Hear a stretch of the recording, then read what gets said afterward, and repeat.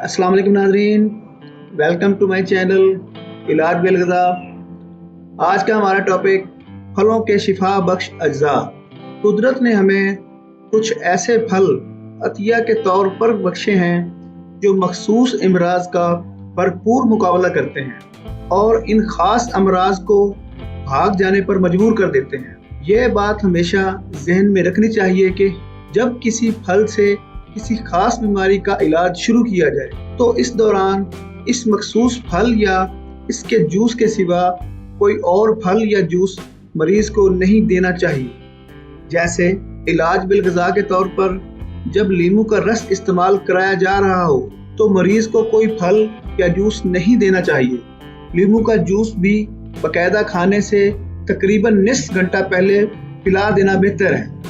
माहिरीन तिब के मुताबिक फलों में पाए जाने वाले कैल्शियम, शक्कर, iron, vitamin A B complex और विटामिन सी के अलावा लीमू, माल्टा, अनार इस्तेमाल करते रहने से दिल की कारकर्दगी मामूल के मुताबिक रहती है।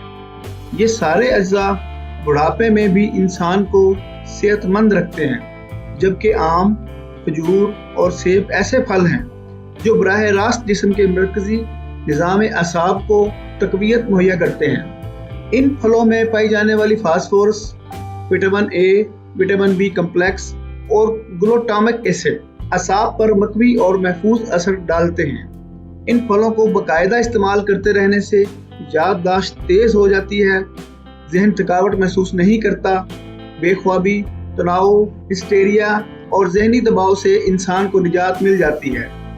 हर किस्म की फलियां जैसे मटर, लोबिया, सेम वगैरह फास्फोरस और सोडियम से लबरेज होती हैं, जिसमें खून पैदा करने के साथ साथ असाब को मजबूत बनाती हैं। जिगर की बीमारियों में फसाद हजम और घंटियां में लीमू का इस्तेमाल बेहतरीन ग़िज़ाई इलाज है।